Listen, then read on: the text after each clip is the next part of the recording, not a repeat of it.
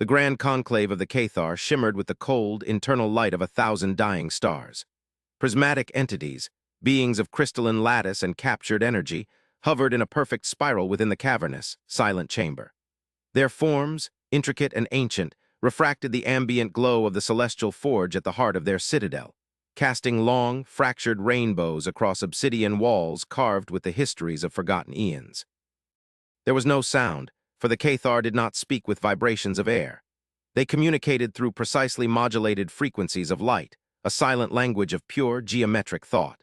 At the chamber's zenith, a vast, three-dimensional representation of their galactic arm hung suspended in a gravity well, a swirling tapestry of nebulae and stellar nurseries. Yet one portion of this map was horribly, unnervingly dark.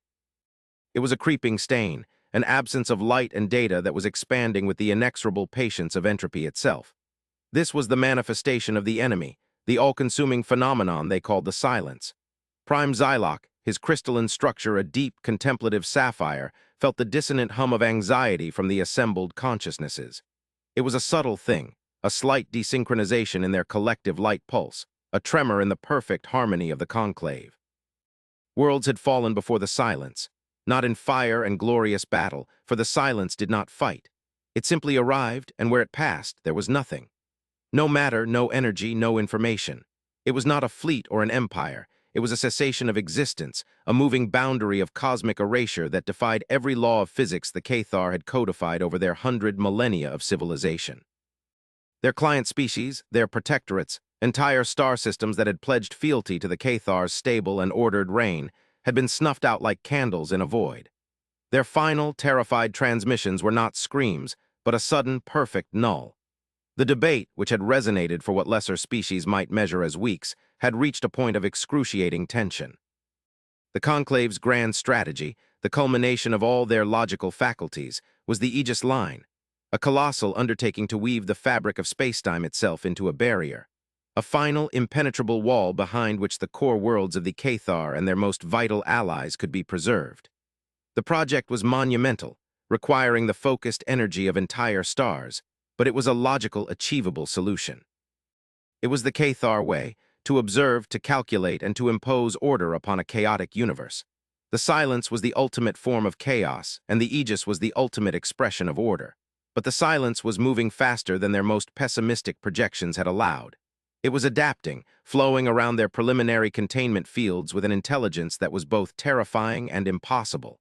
It did not think, yet it learned. It was Prime Valerius, his form a sharp, aggressive crimson who projected the sharpest pulse of impatience. The logic remains unaltered, his light flashed, a sequence of harsh, definitive shapes. The anomaly in the Typhon corridor must be removed. It obstructs the final withdrawal of our assets from the outer quadrants. It compromises the temporal integrity of the Aegis construction at its most critical anchor point. The presence of this human asterisk vessel is an intolerable variable in a final, absolute equation. The image on the grand display shifted, zooming into the Typhon corridor, a strategically vital choke point of stable spacetime.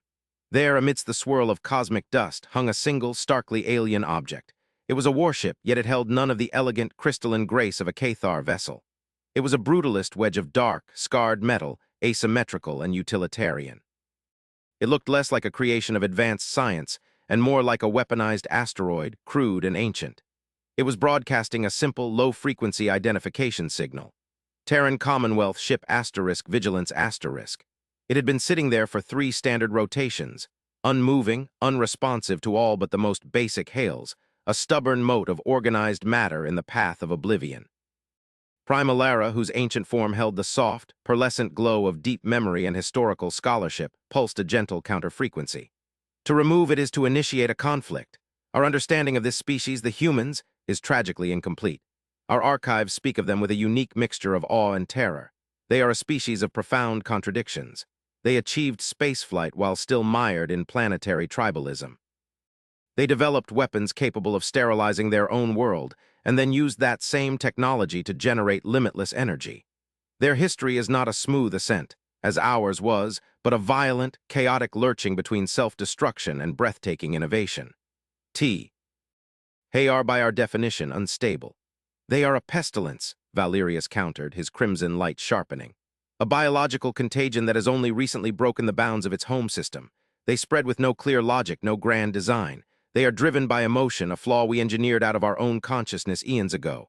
We sent them the standard Cathar ultimatum: yield the sector for strategic realignment or be classified as a hostile entity.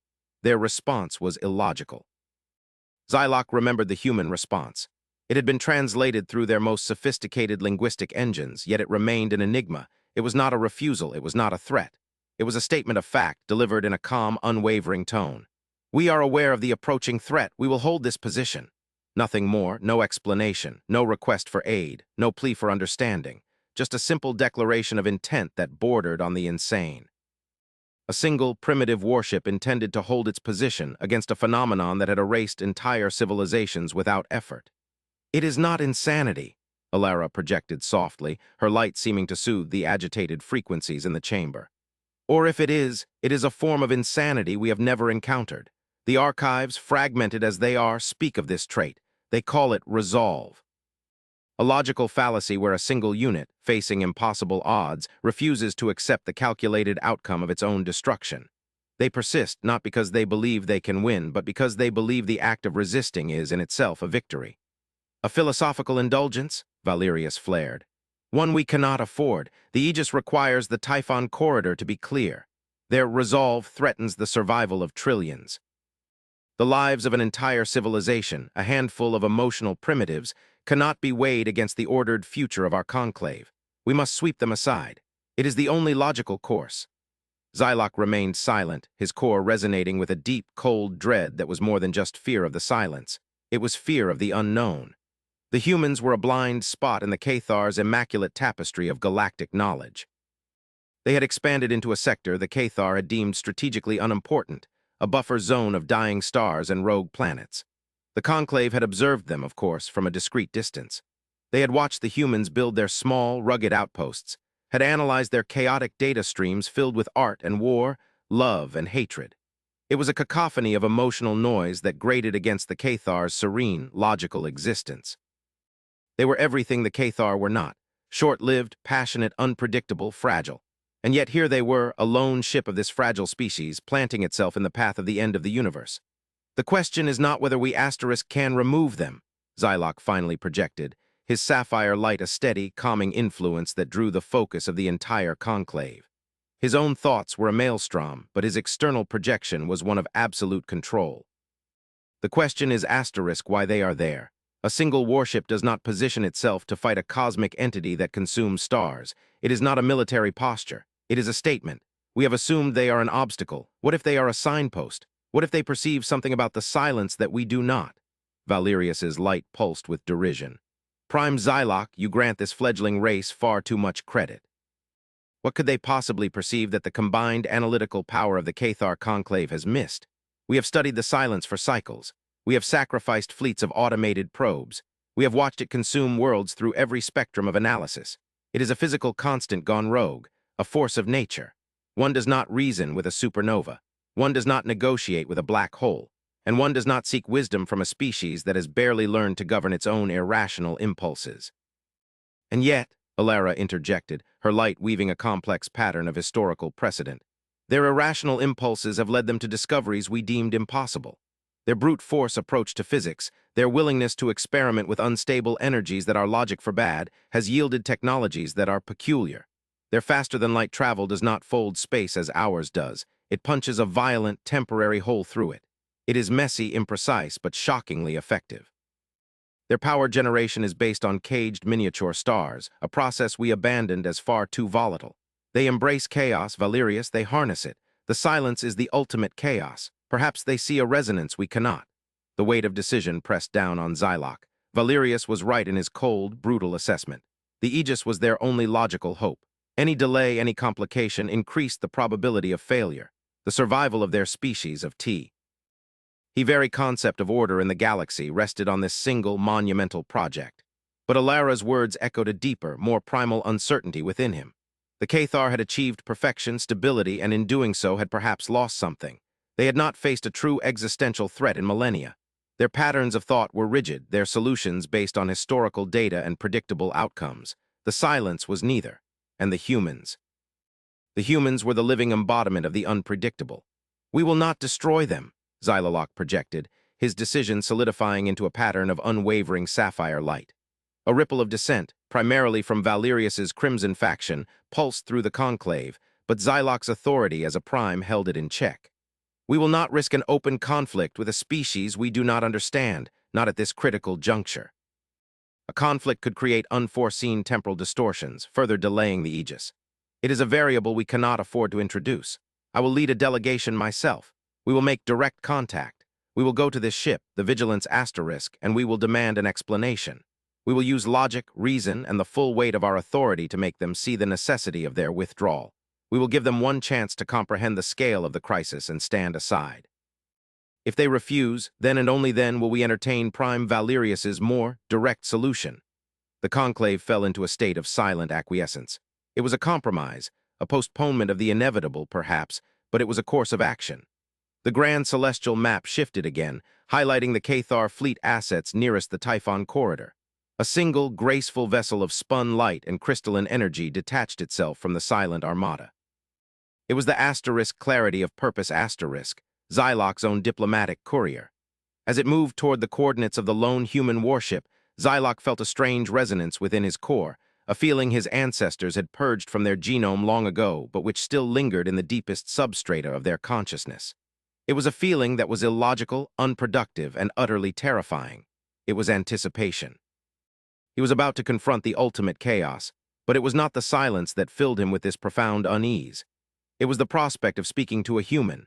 The approach to the human vessel was an exercise in aesthetic dissonance. The Asterisk Clarity of Purpose moved through space with the silent, effortless grace of a thought made manifest, its crystalline hull shimmering, catching the light of distant stars and refracting it into 1,000 miniature spectra.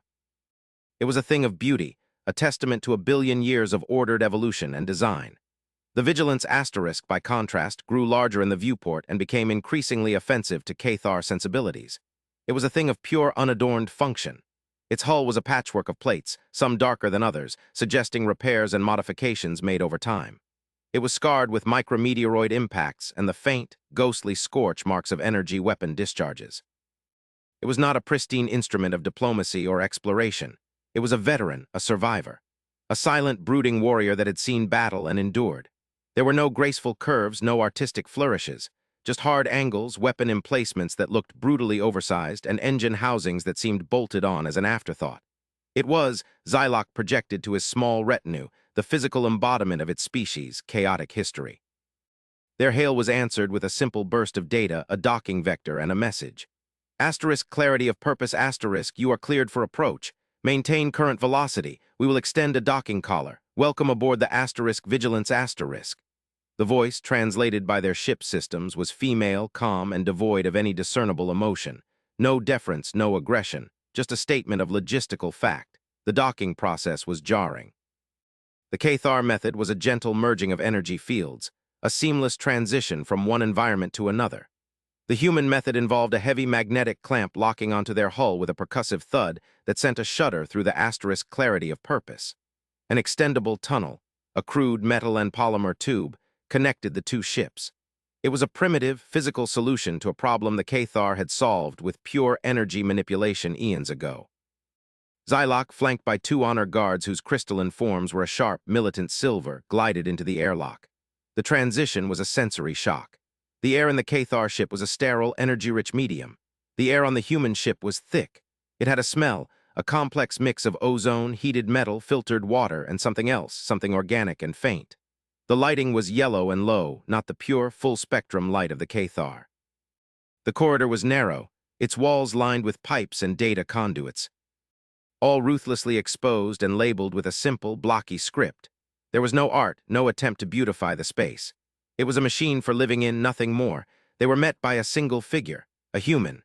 She was small, smaller than Xylok had anticipated from the archival data. She was clad in a simple, dark blue uniform, adorned only with a small insignia on the collar. Her hair was dark and pulled back from her face. Her skin was pale, and her eyes, a deep, startling shade of brown, regarded them with an unnerving placidity. There was no visible weapon. She stood with her hands clasped loosely behind her back, her posture one of relaxed readiness. "I am Ambassador Eva Rostova," she said, her voice the same one from the transmission. The translator embedded in the honor guard's energy fields rendered it into perfect, formal Cathar light patterns. On behalf of the Terran Commonwealth, I thank you for accepting our invitation to board. The phrasing was subtly wrong. They had not been invited. They had come to deliver an ultimatum. Xyloc decided to ignore the semantic imprecision. I am Prime Xyloc of the Cathar Conclave. This is a diplomatic mission to address a matter of grave and immediate importance. Your vessel is obstructing a strategic corridor vital to the security of this entire galactic sector. You must withdraw immediately. Ambassador Rostova tilted her head slightly, a gesture Xyloc's analytical mind catalogued as a sign of consideration. Prime Xyloc, your concern is understood and from your perspective entirely valid. Please follow me. We can speak in a more suitable environment. She turned and led them down the corridor. Her movements were efficient, wasting no energy. Xyloc and his guards glided silently behind her.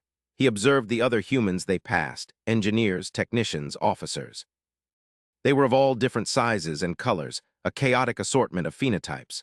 They all paused in their work, observing the Cathar delegation with expressions of open, unabashed curiosity, but not fear. There was no fear in their eyes.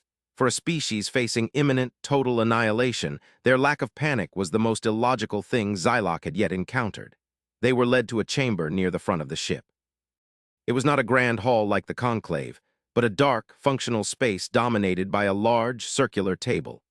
A holographic display shimmered in the center, currently showing the same tactical map as the one in the Cathar Citadel, with the ominous, creeping darkness of the silence. The only other occupant was another human, an older male in a captain's uniform, his face a mask of stern concentration as he studied the map. He looked up as they entered, nodded once at Rostova, and then his gaze settled on Xyloc. His eyes were gray like worn stone. "This is Captain Ivan Morozov," Rostova said. "He commands the Vigilance Asterisk." The captain did not offer a greeting. He simply watched them, his expression unreadable. "Let us dispense with formalities," Xyloc projected, his sapphire light filling the room. "Your continued presence here is an act of supreme irrationality. The entity you refer to as the threat is a zone of total reality negation. It cannot be fought. It cannot be stopped. It can only be contained. Our Aegis project is the only chance for survival for any advanced life in this galactic arm. Your ship is a complication that jeopardizes the entire endeavor. Why are you here?" Rostova gestured to the chairs around the table. The Cathar, of course, did not sit. They hovered. The ambassador remained standing as well. She looked from the grim-faced captain to Xyloc, and for the first time a flicker of something passed through her calm expression. It was not emotion precisely, but a deepening of her intensity. "We are here, Prime Xyloc," she began, her voice low and even, "because your analysis of the silence is incomplete. You have classified it as a force of nature, a cosmic anomaly. This is incorrect. It is not an anomaly. It is a weapon." A wave of pure dissonance rippled through Xyloc's consciousness. A weapon. The idea was absurd. What civilization could create a weapon that consumed stars, a weapon that erased spacetime? That is impossible. The energy required to create and sustain such a phenomenon would exceed the output of a galactic core. No species possesses such power. "Not possesses," Rostova corrected gently. "Possessed. We believe it is an artifact. An automated, self-replicating weapon left over from a war fought by a civilization or civilizations so ancient that they predate even your own esteemed history. A weapon that has been running unchecked for millions, perhaps billions of years." Captain Morozov spoke for the first time, his voice a low baritone that seemed to vibrate in the very metal of the deck. "We have analyzed the energy patterns at the edge of the event horizon.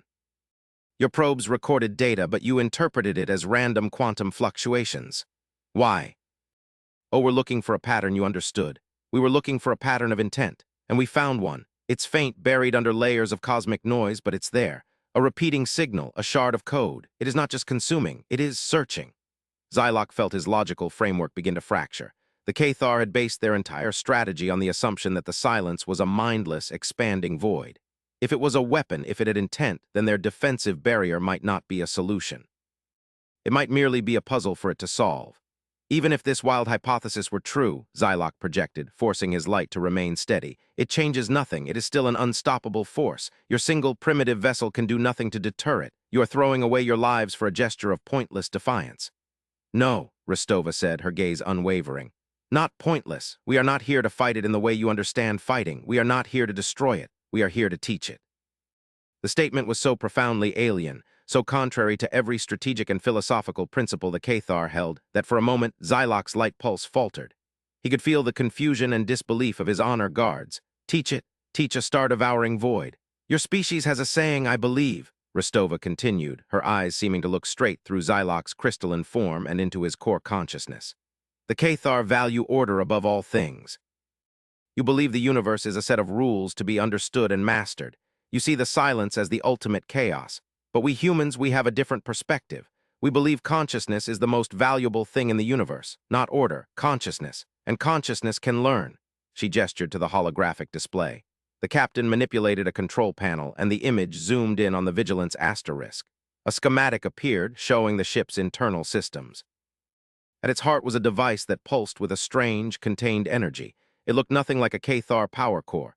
This ship, the Vigilance asterisk, is not what it appears to be, Morozov stated, his tone flat, matter-of-fact. It is a warship, yes, but its primary weapon is not designed to destroy matter. It is designed to destroy certainty. Xyloc focused his senses on the schematic, his mind racing to analyze the energy signatures. It was a technology he had never seen before. It seemed to violate the laws of causality. We call it the Chronoton Lance, Rostova explained. It does not fire a beam of energy. It fires a localized, self-contained paradox, a knot in space-time. When aimed at a conscious or information-processing entity, it doesn't inflict physical damage.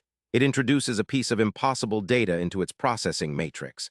It forces the entity to confront a logical contradiction so profound that its own operational parameters begin to break down. For a simple AI, it would cause a system crash. For a living being, it would induce madness. For a being of pure information and consumption like the Silence, we believe it will introduce the one concept it has never encountered, cost. The sheer audacity of the human plan was breathtaking. It was not a strategy of force, but of philosophy. It was an attack not on the body of the enemy, but on its mind, its very reason for being. The Cathar sought to build a wall to keep chaos out. The humans intended to walk up to chaos and present it with a riddle it could not solve. The Silence consumes because it has never been given a reason not to, Rostova said, her voice dropping to an almost reverent whisper. It has moved through this galaxy, absorbing sleeping worlds, primitive life, even advanced but predictable civilizations like your protectorates. It has learned that existence is a resource to be gathered without opposition. We are here to be that opposition. Not by fighting it, but by standing our ground and showing it that some things in this universe are not simple fuel, that some forms of consciousness will not yield, that the act of consuming us will come at a price it cannot calculate. It will break its perfect, ordered advance. It will force it to hesitate, and in that hesitation, there is a chance for a new kind of dialogue to begin. Xyloc felt the foundations of his 100-millennia-old civilization tremble. He looked at these two humans, these fragile, short-lived beings of emotion and chaos, and saw not primitives, but something terrifyingly new. They did not fear oblivion. They saw it as a problem to be solved, and their solution was not to run or to hide, but to confront the abyss and attempt to give it a conscience. Your strategy is predicated on a cascade of unproven assumptions, Xyloc projected, his voice now lacking its earlier certainty. If you are wrong, you will not only be erased, but your paradox weapon could create a space-time rupture that would cripple our Aegis project permanently. You are gambling with the survival of every world behind you. Every act of true progress is a gamble, Captain Morozov said, his stony expression unchanging. Your Aegis is also a gamble. You are betting that the Silence is stupid. We are betting that it is not. History, our own bloody, chaotic history, has taught us that building walls to keep out an intelligent, adaptive enemy is a temporary solution at best.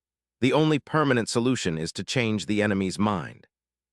And that, Rostova added, her calm gaze holding Xyloc's, is why we will hold this position. We are not just defending a patch of empty space, Prime Xyloc. We are defending the very idea that consciousness is worth more than mere survival.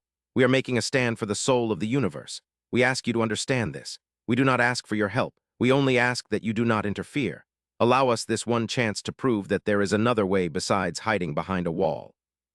Silence descended in the briefing room, a heavy, profound quiet that was far more powerful than the silent light speech of the Cathar.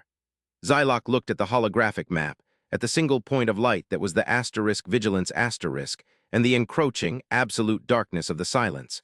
Worlds had fallen before it. Entire civilizations, ancient and powerful, had been erased without a trace. And here a single human warship, representing a species of unpredictable emotional upstarts, had blocked its path, not with overwhelming force, but with an idea, a dangerous, insane, and beautiful idea. In that moment, Xyloc understood. The humans were not the chaos he had feared. They were the answer to it. The return journey to the Cathar command fleet was a silent one. Xyloc did not communicate with his honor guards, nor they with him. He needed to process the immensity of what he had learned. The human revelation had not just upended a strategic military plan. It had challenged the very philosophical core of Cathar civilization. The Conclave's entire existence was predicated on the belief that order, achieved through logic and the suppression of chaotic elements like emotion, was the highest state of being. They had built a society of perfect stability, of predictable outcomes, of serene contemplation. They were the gardeners of the galaxy, carefully pruning away wildness and instability to create a predictable, harmonious whole. But they had mistaken stillness for peace. The silence was the ultimate expression of their fear, a chaos so profound it could not be ordered. And their solution, the Aegis, was the ultimate expression of their nature, a grand, logical, and ultimately passive act of preservation. They would wall themselves in, preserving their perfect order while the rest of the universe was consumed. It was a strategy of survival, but as Ambassador Rostova had so devastatingly implied, it was a survival devoid of meaning. What was the purpose of order if it existed only for itself, cowering behind a barrier while everything else ceased to be? The humans, in their chaotic, violent, emotional way, had stumbled upon a truth the Cathar had forgotten. That the universe was not a puzzle to be solved and then put away on a shelf. It was a dynamic, evolving entity. That true strength was not the ability to resist change, but the ability to adapt and to influence it. Their plan was a monumental risk, an act of faith that flew in the face of all probability. And yet, it was the only plan that offered a glimmer of something more than just continued existence. It offered the possibility of victory. When Xyloc re-entered the shimmering, silent chamber of the Grand Conclave, the assembled primes turned their collective consciousness toward him. The air hummed with unspoken questions. Prime Valerius's crimson light was sharp, impatient. "Well, Prime Xyloc," his light pulses demanded. "Have the primitives seen reason? Will they withdraw, or must we compel them?" Xyloc moved to the center of the chamber, his sapphire form radiating a calm that was now imbued with a new, strange energy. It was not the calm of serene logic, but the calm of profound certainty. He projected the recording of his conversation with Ambassador Rostova and Captain Morozov for the entire conclave to witness. The briefing room of the Vigilance materialized as a shared memory, the humans' calm voices and terrifying logic echoing in the silent minds of the crystalline beings. As the recording ended, a deep, resonant dissonance swept through the conclave. It was the sound of 1 billion years of certainty being shattered.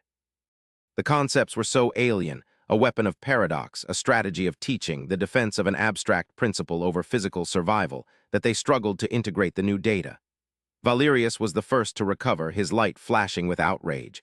"A trick, a deception. They are primitives who have developed a single, peculiar weapon, and now they believe they can lecture us on the nature of the cosmos. There.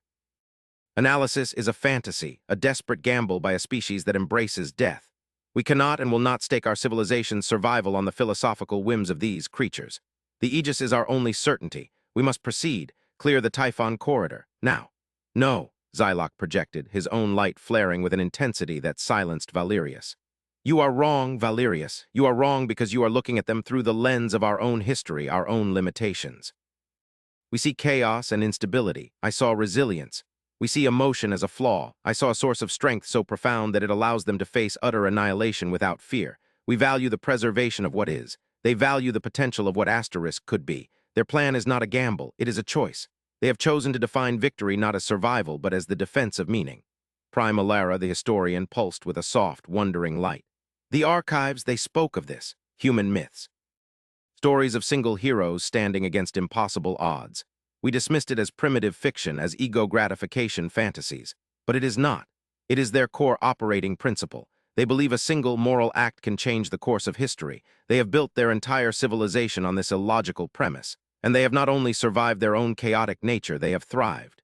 Their thriving is a threat to galactic stability," Valerius countered, his form glowing a furious red. "And now their insanity threatens us all. The silence is days, perhaps hours, from the Typhon corridor. While we debate human philosophy, the end of all things approaches. I will not stand by and allow this conclave to be paralyzed by the babbling of a short-lived race. I demand a vote, enact the contingency, remove the human vessel. And what if they are right?" Xyloc's voice cut through the chamber, a blade of pure sapphire light. "What if the silence is more than a force of nature? What if it learns from every world it consumes? We have watched it bypass our containment fields. It is adapting faster than we can build. Your Aegis, Valerius, your great wall, it will not hold. You are not building a sanctuary. You are building a tomb. It will give us a few centuries, perhaps a millennium of peace. And then the silence, having consumed and learned from the rest of the galaxy, will come for us. And it will know how to break down our doors. The humans are not offering us a risk. They are offering us our only hope. He turned his focus to the whole conclave, his light resonating with the full weight of his conviction. We have forgotten what it means to take a risk. We have calcified. Our logic has become a cage. The humans are offering us a new path, not to abandon logic, but to infuse it with purpose. Their chronoton lance is a weapon of unparalleled sophistication, a testament to a form of genius we cannot even comprehend. They are not primitives. They are different. And their difference may be the key to survival. He paused, letting the truth of his words settle into the collective consciousness. Therefore, I propose a new strategy. We will not remove the vigilance asterisk. We will support it. Our fleets will move to the Typhon corridor. We will not engage the silence directly. Our weapons are useless. But we can use our energy manipulation technology for another purpose. We can create a shield, a buffer. We can project a field of focused energy to absorb the initial impact of the silence's arrival, to buy the vigilance the precious seconds it needs to deploy its weapon.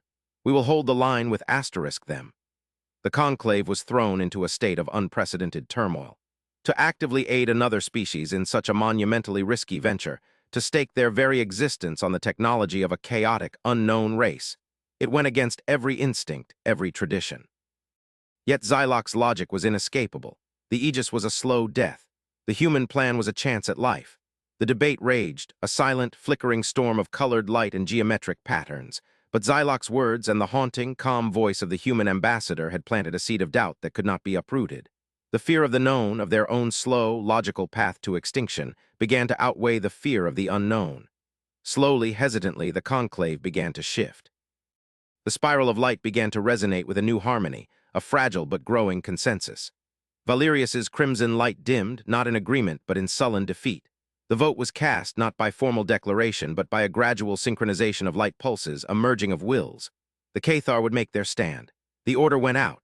Across the sector, the Cathar Armada, a breathtaking fleet of crystalline warships that moved like a constellation of living stars, changed course.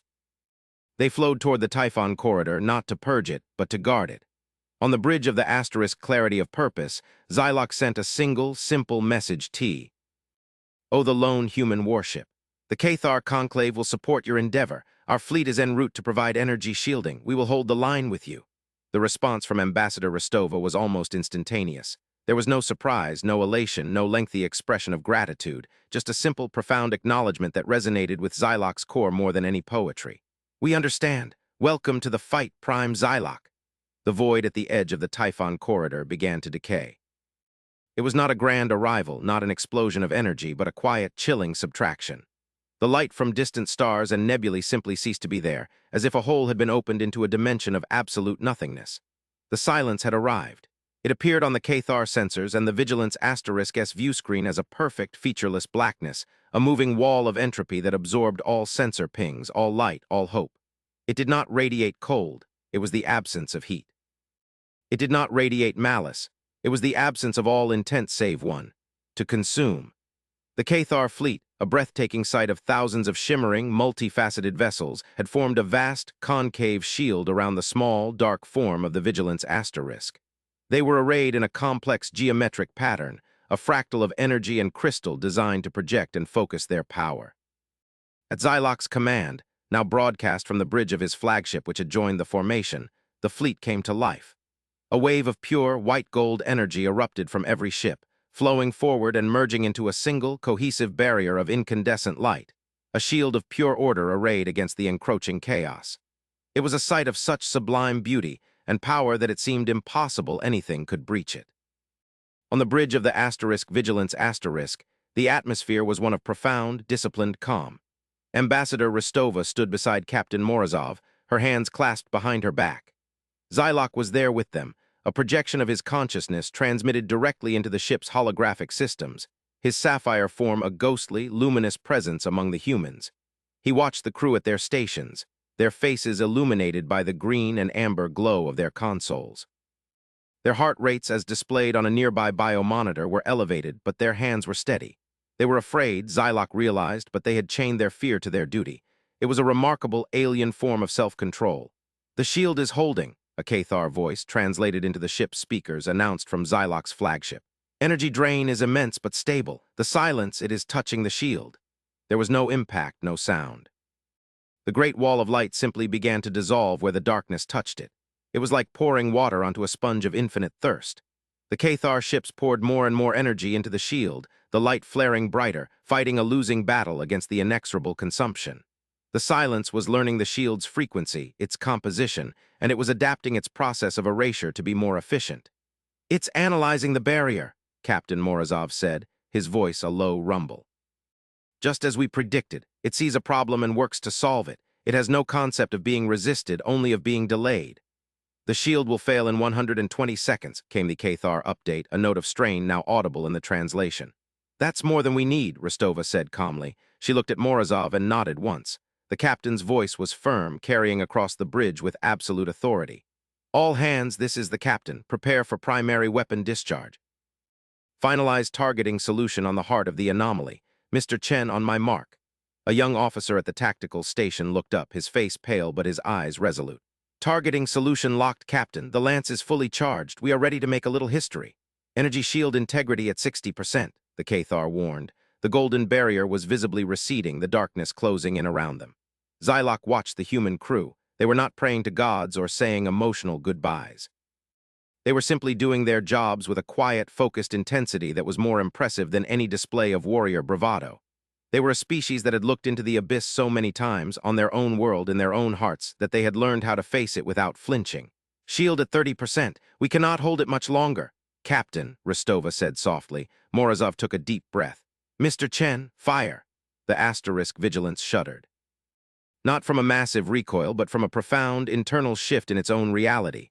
A beam, if it could be called that, shot forth from the ship's prow. It was not light. It was not energy. It was a sliver of uncolor, a distortion in space, a focused projection of impossibility. It struck the wall of darkness, and for a heartbeat. Thing happened. The silence continued to consume the Cathar shield. The lance's beam seemed to have been absorbed without effect. Valerius's frantic pulse of light reached Xyloc across the void. "It has failed. The human weapon has failed. Retreat." But then a change began. It started where the paradox beam had struck. The perfect, featureless black of the silence began to ripple. It was like a flaw appearing in a sheet of obsidian, a hairline crack in the face of oblivion. The perfect consumption faltered. The Cathar shield, on the verge of collapse, suddenly stabilized as the pressure against it lessened. The ripple spread. The silence, the great, unthinking, all-consuming void, began to convulse. It was trying to process the information the Chronoton lance had delivered. A piece of data that was both true and untrue, a state of being that both existed and did not. It was trying to consume a logical contradiction, and the effort was tearing its own fundamental nature apart.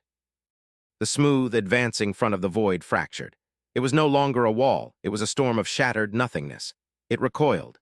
Across the Cathar fleet, a wave of silent, incredulous relief pulsed through the collective. On the bridge of the Vigilance Asterisk, a few of the crew members let out shaky breaths, but their discipline held. They watched the main screen as the entity that had devoured worlds, the great silence, pulled back from them, wounded and confused. It had not been destroyed. It had been taught a lesson. It had learned the meaning of cost, but the event was not over. The feedback from the paradox weapon, the cascade of impossible data, flowed back along the beam's path to the Vigilance Asterisk. Alarms blared on the bridge, a sudden, shocking intrusion into the disciplined quiet. "What is it?" Morozov demanded. "Massive data influx from the tactical probe, sir," the tactical officer shouted, his fingers flying across his console. "The lance's feedback loop. It's pulling information out of the silence. We're getting something from inside it." The main view screen flickered, the image of the retreating darkness replaced by a torrent of alien code, geometric patterns, and raw data. It was the internal language of the silence itself, the operating system of the void. And buried deep within that storm of information, a single, coherent signal began to emerge. It was ancient, powerful, and impossibly clear. It was not a language. It was a set of coordinates, a map. Xyloc focused his entire consciousness on the signal, his analytical mind working in perfect sync with the Vigilance Asterisk-S computers. He traced the origin point, triangulating it against known galactic charts. His core went cold. The coordinates did not point to a place within their galaxy, or even within the local galactic cluster. They pointed to a single, isolated point in the vast, empty darkness of the intergalactic void, millions of light-years away. And as the data stream clarified, one final piece of information resolved itself from the noise. It was not just a map, it was a signature, a maker's mark left on a tool. "Ambassador," the tactical officer said, his voice hushed with awe and terror. "The signal, it's a beacon. It's still active. It's a homing beacon." A new silence fell upon the bridge, deeper and more profound than the one they had just faced. The immediate threat, the mindless, consuming weapon, had been halted. But the data on their screen was a revelation far more terrifying. The silence was not a cosmic accident. It was not an ancient artifact running amok. It was a tool, and it was still reporting back to its masters. The war was not over. It had not even begun.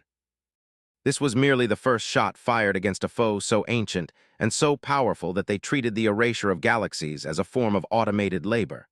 Zylok looked at the faces of the humans. He saw his own dawning horror reflected in their eyes.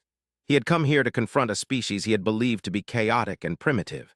He had discovered they were the galaxy's only true philosophers, its only true warriors.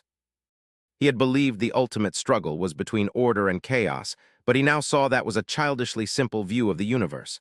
The true struggle was between life and that which sought to unmake it.